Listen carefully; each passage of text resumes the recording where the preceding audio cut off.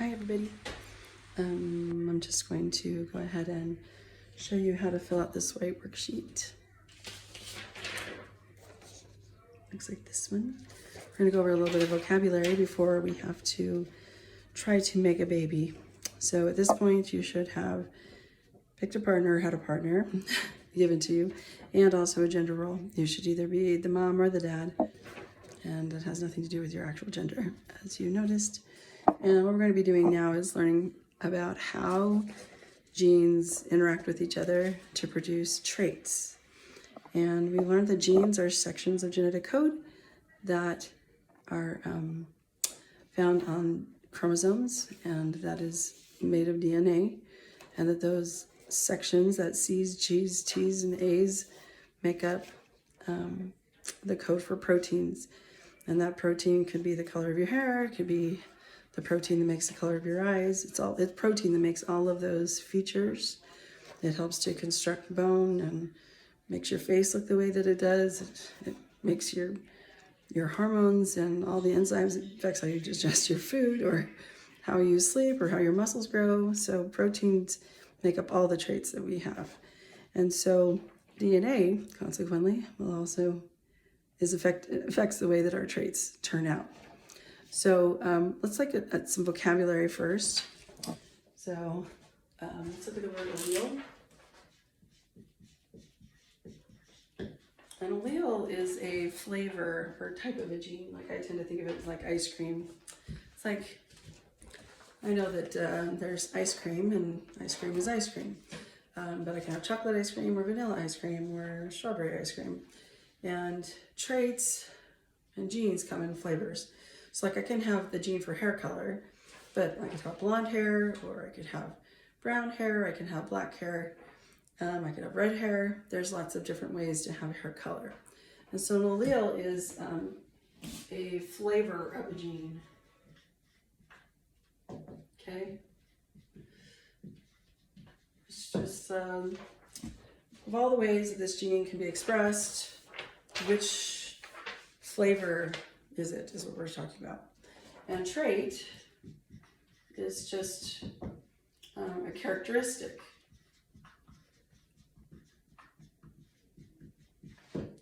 The next word on our list is genotype. And genotype is a word that says what is the gene combination from both parents.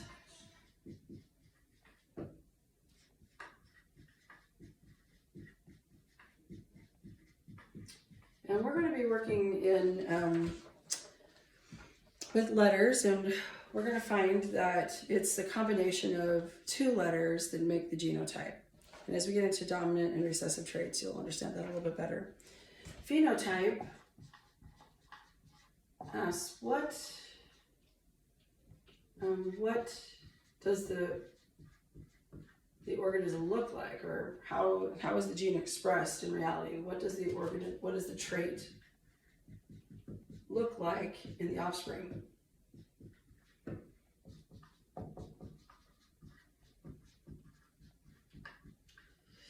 In the Waite worksheet that we had in the packet that we did last time, we were taking a look at family lines of inheritance, and we noticed that sometimes you can have a gene, but that doesn't necessarily mean that you have the trait. So like, you can carry the gene for color blindness and still be able to see color, depending on your gender and whether or not you have the trait. Or you could look at the other traits that we had, which was, I'm not sure what I'm talking about. Like blood type, that you could have an O blood type that you're carrying around, but you could still be an A blood type in your phenotype. So phenotype is what people see on the outside. Genotype is what your genes are, but not every gene is expressed, which is why we get to this idea of dominant and recessive traits. So dominant traits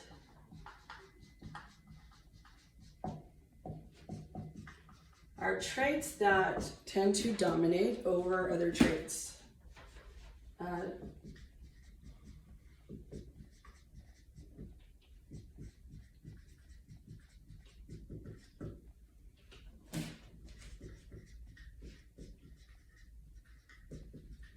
And that doesn't mean that they're strong or male, or there's like, sometimes people get some weird ideas about what it might mean to be dominant. It just means like, if I took a black crayon and a white crayon and I colored in the same spot with a black crayon and a white crayon at the same time, I'm only going to see black, maybe like or a gray, but I'm not going to see just white crayon because black is dominant. It tends to be more visible than white crayon. So where we're looking at traits that are a combination of both parents and those proteins maybe mixing together, just like crayons mixing together on a piece of paper, sometimes those traits can mask each other. One can hide behind the other, and we might not see it. Like I might not see the white crayon with the black over the top of it, even though I know that it's there. Okay, and that's recessive traits. Oh, and sorry, and by the way, we use capital and lowercase letters to show dominant recessive traits. So dominant traits are we always use a capital letter. And oftentimes the letter is named after the dominant trait, or the gene will be named after the dominant trait. So like if we're talking about, that's not a good one. If we're talking about height, for example, and the dominant trait is tall, then I might call the gene T for tall. And I would call being tall the dominant trait. And then the recessive trait, which is the one that tends to hide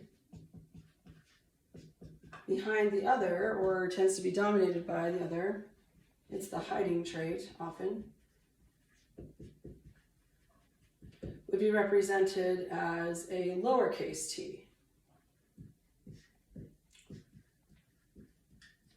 Because tall is dominant, so we use T, but we use a lowercase t to show shortness, not S. We'd use lowercase t. That sounds a little bit weird, but I'm sorry, but that's how it is. And so what we'll find is that for our genotypes, if you had inherited a tall gene from your mom, we would call that a capital T. And let's say that you got a short gene from your dad. I don't think you can see that. If you got a short gene from our dad, say this would be mom's gene, then your genotype would be big T, little t, but your phenotype would be that you were tall. Okay? And so what we're going to be doing in this activity is playing around with dominant and recessive alleles and taking a look at dominant and recessive traits and the mixture of genes and how those genes interact with each other to make the traits of the offspring. So let me just show you one more time your notes. You can see them. You need to take a little picture there. This is not a great video, sorry. There's the notes.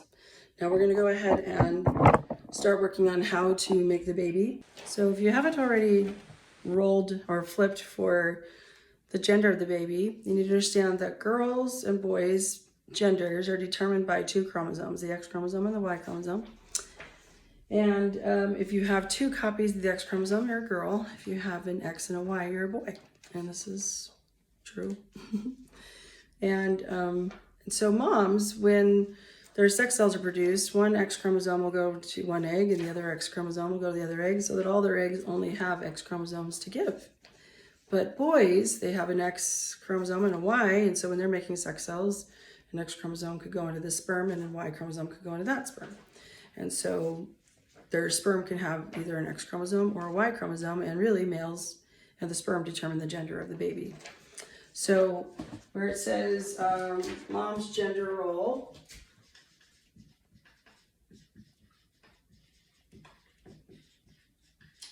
she can only offer an X chromosome. Dad's gender role, you can decide with the flip of a coin what gender your baby will be. If you flip tails, then you've given a Y chromosome and the baby is a boy. If you flip heads, the baby is, you've given the baby an X chromosome and the baby will be a girl. So go ahead and why don't you write down, after you flip, what you got. Did you get a Y chromosome or did you give an X chromosome? If it's a boy, then the genotype will be XY, and if you flipped heads, then the genotype would be XX. The phenotype would be a boy and the phenotype would be a girl. So I'll let you figure that out. You can pause this, and then I'm going to go on to the next section. All right, for the next section,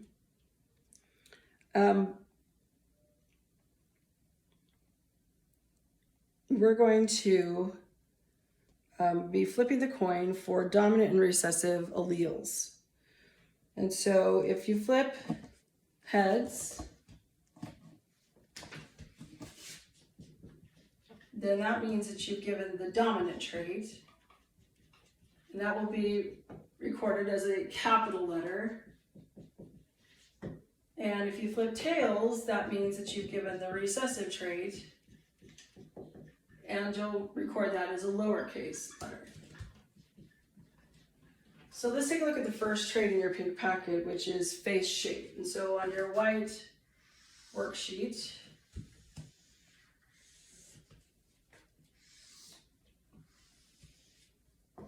you have trait, and then it says mom's contribution to the offspring, dad's contribution to the offspring.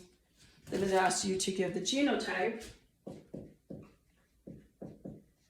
which is going to be what the combination of genes are. And then the last column is phenotype,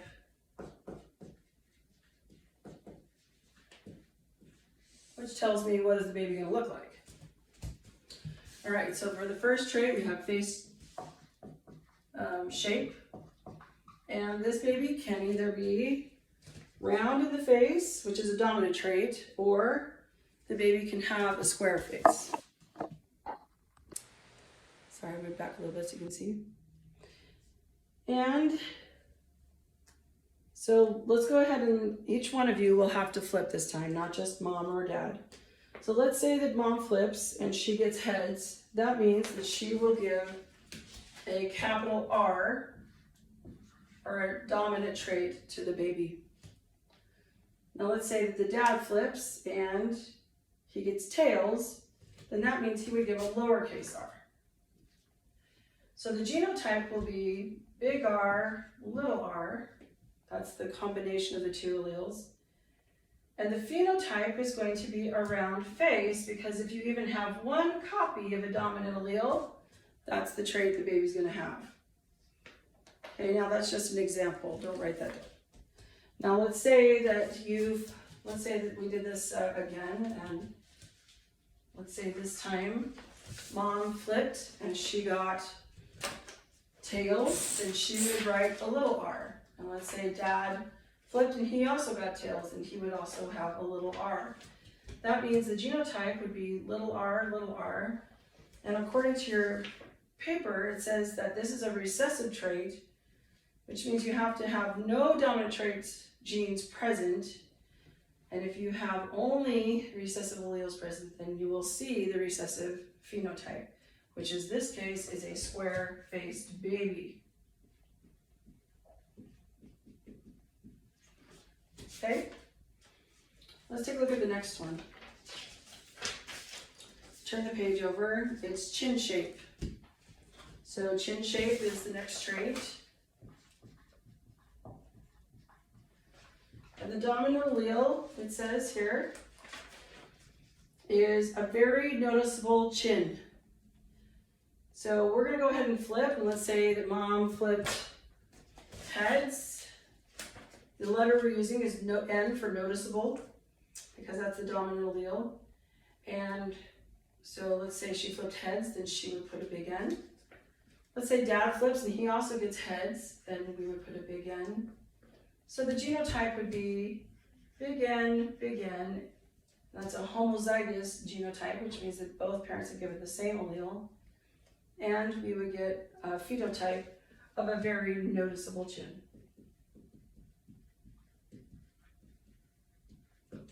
Let's say though that mom had flipped and she had gotten